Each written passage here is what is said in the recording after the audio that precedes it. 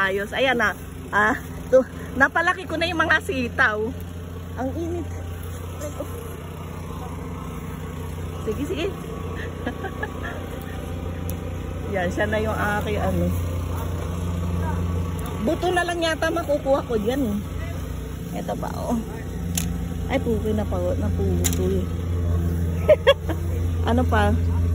Wala na? Nako. Yung okra nga ano. Sayang oh. Napabayaan na yung okra. Matigas na to. Magulang. Magulang. Wala kami.